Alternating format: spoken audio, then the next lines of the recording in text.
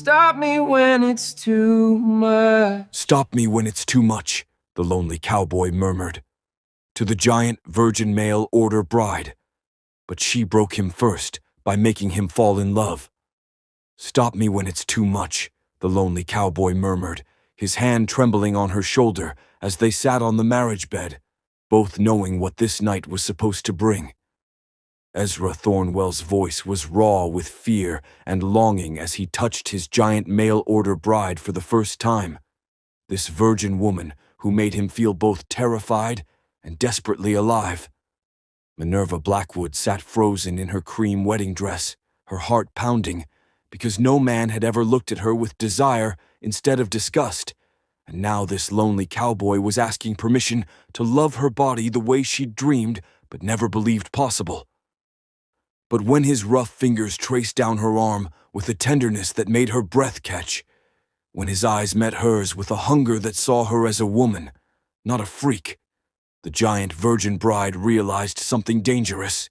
She didn't want him to stop. She wanted to break him first, by making him fall so deeply in love that he'd forget every wall he'd built around his shattered heart. But could a lonely cowboy survive the overwhelming passion of a giant virgin bride who'd been starving for touch her entire life? And when their bodies finally came together, would too much destroy them both, or heal them? What happens when a man afraid to feel meets a woman who's never been felt? But that moment, that sacred, terrifying moment, hadn't happened yet. To understand how Ezra Thornwell and Minerva Blackwood ended up on that bed, trembling with equal parts fear and desperate hope, we need to go back 3 months. Back to the day when a lonely cowboy's desperation collided with a giant woman's last shred of hope. Back to Redemption Ridge Station, where the afternoon sun painted everything gold, and where Ezra stood on the platform with his heart hammering like it might burst right through his ribs. He'd sent that letter 6 weeks ago, in a moment of weakness after old Silas found him talking to his dead wife's grave again. The foreman had looked at him with those sad, knowing eyes and said, "Boy, you're dying inside. Your heart's still beating, but you ain't living." So Ezra had written to the matrimonial agency in Philadelphia. Not because he wanted love, God no. He couldn't survive that kind of pain again. But because the silence in his house had become a living thing that was slowly suffocating him. The train shrieked into the station, belching black smoke that stung his eyes and made them water. At least that's what he told himself. It wasn't tears. He didn't cry anymore. Hadn't cried since the day he buried Patience and their baby girl 6 years ago, since the day his own family looked at him with blame in their eyes because he hadn't gotten the doctor fast enough through that blizzard. Passengers started climbing down, a fat merchant wiping sweat from his face, 2 dusty cowboys who looked like trouble, a family with 3 squalling children. And then she appeared. Lord have mercy. Ezra's breath just stopped in his chest. She descended those train steps so carefully, like she was afraid the whole station might collapse under her weight. And when her feet touched the platform, she stood there looking lost and terrified and impossibly huge. 6'4" if she was an inch, with shoulders broader than most men he knew, hands that looked strong enough to snap fence posts, and a body that was perfectly proportioned, just built on a scale that made his mind struggle to process what his eyes were seeing. She wore a simple gray traveling dress that strained at the seams, trying to contain all that woman, and a bonnet that couldn't quite hide the mass of dark, chestnut hair piled beneath it. But it was her face that hit him hardest. Strong jawline, high cheekbones that could have been carved from marble, and eyes the color of honey that darted across the platform like a cornered animal searching for the predator. Those eyes held something that made Ezra's chest tighten with an emotion he couldn't name. Fear. Pure, bone-deep fear. The same look he'd seen in horses that had been beaten too many times. Behind him, the whispers started like poison spreading through water. Old Mrs. Pettigrew gasped so loud half the platform heard it. Young Billy Lawson laughed outright until his father smacked him upside the head. The livery owner muttered something about circus freaks, and Ezra felt his jaw clench so hard his teeth ached. Mr. Thornwell. Her voice cut through the noise, and it shocked him. Soft, musical, like she'd spent years learning to make herself sound smaller than the impossible. She was looking at him now, those honey eyes meeting his for just a second, before dropping to her worn shoes like she'd been trained to never hold a man's gaze too long. Miss Blackwood. He touched his hat brim, his throat suddenly dry as desert dust. Up close, she was even more overwhelming. He had to tilt his head back slightly just to meet her eyes, and that felt strange and unsettling, and somehow right in a way that terrified him. She swallowed hard, her large hands twisting the handle of her carpet bag until her knuckles went white. I understand if you've changed your mind. The agency didn't tell you about my condition. I can find work in town or take the next train back. You don't owe me anything. Her voice cracked on that last word, and Ezra saw her blink rapidly, fighting back tears with the practiced efficiency of someone who'd cried too many times in public and learned it only made things worse. Something hot and fierce flared in his chest. Anger. Not at her, never at her, but at every person who'd ever made this woman apologize for existing. I don't change my mind, he said, and the words came out harder than he meant them to. He watched her flinch, saw her shoulders curve inward like she was trying to fold herself into something less. Something the world could swallow without choking. Something acceptable. And damn it all to hell, he couldn't stand it. Couldn't stand watching another living thing make itself small because the world was too cruel and stupid to see value in anything different. He reached for her bag. Her hand shot out instinctively. I can carry it, sir. It's quite heavy. But his fingers had already closed around the handle. It was heavy. Lord, what did she pack? Bricks. But he hefted it anyway, turning toward his wagon without waiting to see if she'd follow. She did. He heard her footsteps on the wooden platform, heavy and deliberate, each one echoing like a judgment she'd heard 1,000 times before. Each step saying, too big, too much, too wrong.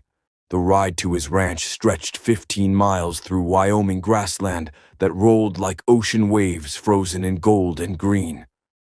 Ezra kept his eyes on the road, hyper-aware of her beside him on the wagon bench, taking up space in a way his delicate patience never had.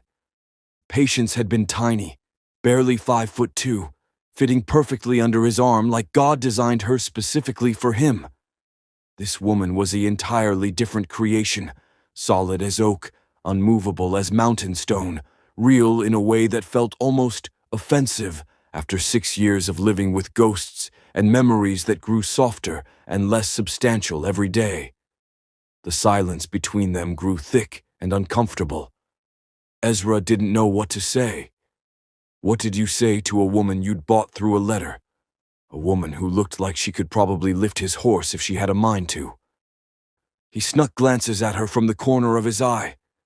She sat perfectly still, spine straight, hands folded in her lap in a way that screamed years of training.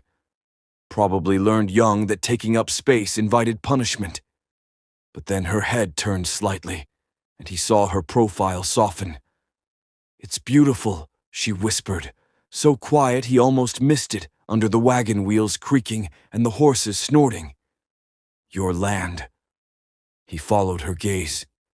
She was staring at the grasslands, the distant mountains still capped with snow even in late May, the way the afternoon sun painted everything in shades of amber and gold. And on her face, that strong, unusual face that the world had probably told her was ugly 1,000 times, was something he hadn't expected to see. Wonder. Pure, unguarded joy at something as simple as open sky and grass and mountains, like she was seeing heaven for the first time and couldn't quite believe she was allowed to look at it. Her honey eyes were wide, almost childlike, and her lips, full lips that curved naturally upward at the corners, had parted slightly in what could only be called awe. Something shifted in Ezra's chest, subtle, like a key turning in a lock that had rusted shut 6 years ago. "It'll do," he muttered, but his voice came out softer than he intended. He kept watching her from the corner of his eye the rest of the way home, watching the way she drank in every detail of his land like a woman dying of thirst who'd finally found water, watching the way the wind pulled strands of chestnut hair loose from her bonnet, watching the way she unconsciously leaned forward slightly, as if trying to get closer to all that beauty. And he found himself wondering what kind of life this woman had lived that made empty grassland and distant mountains look like paradise. 3 weeks passed like a fever dream Ezra couldn't wake from and wasn't sure he wanted to. Minnie, he'd started calling her Minnie after she'd shyly admitted everyone back east called her that before the teasing made her insist on Minerva, moved through his house like spring after a brutal winter. She cooked meals that actually had flavor, not just fuel. She hummed while working, low tuneless melodies that made the suffocating silence finally breathable. She never once asked about the locked room upstairs where Patience's things gathered dust. But it was the small things destroying his carefully built walls. The way she talked to his horses like treasured friends, her voice dropping into gentle murmurs that calmed even the skittish gelding. The way she'd fixed the pump he'd been meaning to repair for 2 years, her enormous fingers surprisingly delicate with the mechanism. The way she laughed when she cracked her head on the doorframe again, rubbing the spot and saying, "Well, least I'm consistent." Patience had never laughed at herself. Patience had been perfect, poised, proper. Minnie was beautifully imperfect, and it terrified him how much he looked forward to supper, just to watch her face light up over successful biscuits. This particular evening, she'd outdone herself. Beef stew, rich with vegetables from the garden she'd somehow resurrected, fresh bread, apple pie from cellar preserves. "You didn't have to go to all this trouble," Ezra said, reaching for seconds. It wasn't trouble. Her smile transformed her entire face, made her beautiful in ways the world was too blind to see. "I like cooking for someone who actually eats. My stepfather used to." She stopped abruptly, that smile dying like someone snuffed a candle. "Used to what?" "Nothing." She stood quickly, nearly knocking over her chair, and her hand brushed his shoulder as she moved to clear dishes. The contact was brief, innocent, but she jerked back like she'd touched fire. "I'm sorry. I didn't mean to. Stop me when it's too much. When I'm too much. I know I take up space. I'm too loud, too—" "Minnie." Her name felt strange and right on his tongue. "Sit down." She hesitated, those honey eyes wide with hope and terror. "Please."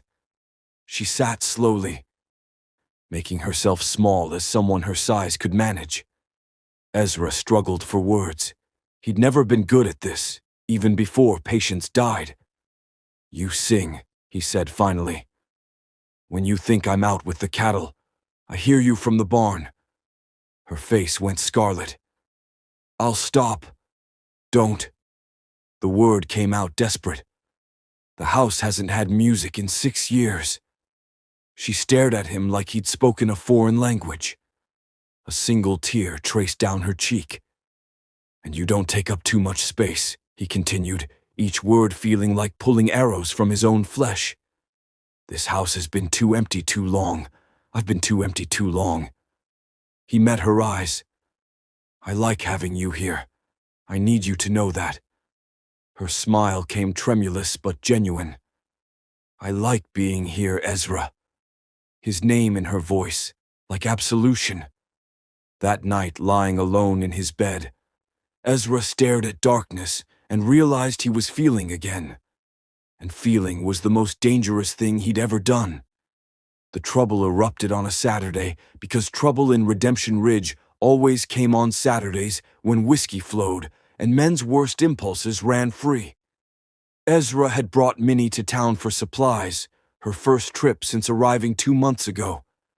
She'd been nervous, he could tell, but she'd lifted her chin and walked beside him with quiet dignity, even as every eye followed them like wolves tracking prey.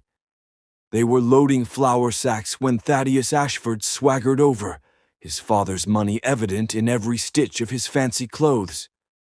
3 friends flanked him, all wearing the cruel smiles of men who'd never faced real consequences. "Well, well," Thaddeus drawled, making a show of looking Minnie up and down like she was livestock. "Thornwell, I heard you sent for a mail-order bride, but nobody mentioned you ordered from a circus. What's next? The bearded lady?" His friends erupted in laughter. Ezra's hands clenched into fists, but Minnie's gentle touch on his arm stopped him.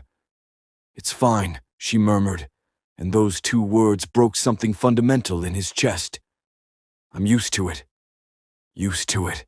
How many years of cruelty had taught her to accept hatred as natural as breathing? "It ain't fine," Ezra said, his voice low and dangerous. He stepped toward Thaddeus. "You want to insult someone, insult me. But you speak about my wife with respect, or we're gonna have a serious problem." The word hung in the air like smoke. Wife. Minnie's sharp intake of breath told him she'd heard. They hadn't married yet. She was still just the hired bride. But in that moment, with the whole town watching, Ezra Thornwell made his choice. Thaddeus's smile turned ugly. "Wife? You actually married that freak? God, Thornwell, I knew you were desperate, but—" Ezra's fist connected with Thaddeus's jaw before the bastard could finish. The fight was brief, but vicious. Thaddeus's friends jumped in, but Ezra fought with 6 years of bottled rage suddenly uncorked. When Minnie waded in, grabbing 2 men by their collars and bodily lifting them away from Ezra like they weighed nothing, the crowd gasped in shock and fear. Sheriff Morrison broke it up, but the damage was done. The ride home was silent until halfway back. Then Minnie spoke, her voice thick with tears. "You shouldn't have done that. I wasn't going to stand there and you called me your wife." She turned to him, and the pain in her eyes gutted him completely. "Why would you do that? The Ashfords own half this town. They'll destroy you now. All because of me. You think I care what they— I care," the words burst out. "I care because you're a good man who deserves better than a giant freak who'll ruin everything." She was crying openly now, her large body shaking with sobs she'd probably held back for years. Ezra pulled the wagon to a stop, turned to her, and did something he hadn't done in 6 years. He reached for her. "Come here." She shook her head, trying to make herself smaller, but he was persistent, gently pulling until she finally collapsed against him, this huge, strong woman folding herself into his arms. Crying into his shoulder while he held her and felt his own walls finally, completely crumbling. "I meant it," he whispered into her hair. "Wife, that's what I want." She pulled back, searching his face with those honey eyes. "Ezra." "Stop me when it's too much," he said, echoing her words back. "But I'm telling you anyway. I love you, Minnie Blackwood, and I don't give a damn what this town thinks." But the next morning, Ezra woke to an empty house. The silence was wrong, not the old silence he'd grown accustomed to, but a new, terrible absence. Her room was empty, bed made with military precision, and on the pillow sat a folded note. His hands shook as he read, "Dear Ezra, I convinced myself I could be selfish, that I could stay and let you sacrifice everything for someone like me. But Cornelius Ashford came yesterday while you were checking fences. He offered me passage east and money if I left quietly. I'm not taking his money, but I am leaving. Not because of him, but because I love you too much to watch this town destroy you. You called me your wife, and it was the most beautiful moment of my life. That's enough. Thank you for teaching me that someone could look at me and see something other than a mistake. Yours always, Minnie. The note fell from his fingers. She'd left to protect him, to save him from loving her. And every wall he'd built, every defense he'd carefully constructed, shattered completely. Ezra Thornwell fell to his knees and wept, gut-wrenching sobs from the deepest part of his soul. He cried for Patience and the baby. He cried for 6 wasted years. But mostly he cried for Minnie, who'd made him feel alive only to sacrifice her happiness because she believed she was too much. Old Silas found him there. Boy, the morning stage leaves in 20 minutes. I got your horse saddled. You planning to let her go, or you planning to do something? Ezra looked up through blurred eyes. The whole town, to hell with the town, Silas interrupted. You love her? More than my own life. Then get on that damn horse. Ezra rode harder than he'd ever ridden, his horse's hooves eating distance to town. He reached the station just as the stage prepared to depart, passengers loaded, driver gathering reins. Minnie! He threw himself off his horse. Minnie Blackwood! The coach door opened. She emerged slowly, eyes red from crying, face a mask of confusion and hope and fear. Don't go, he said, voice breaking. Please, God, don't go. Ezra, I have to. No. He fell to his knees right there in the dirt, in front of the whole town, in front of the Ashfords, and everyone who'd ever whispered. You told me to stop when it's too much. Well, stop me now. He pulled his mother's ring from his pocket with shaking hands. I'm a broken man, Minnie. Been broken 6 years. But you didn't break me worse. You broke me open.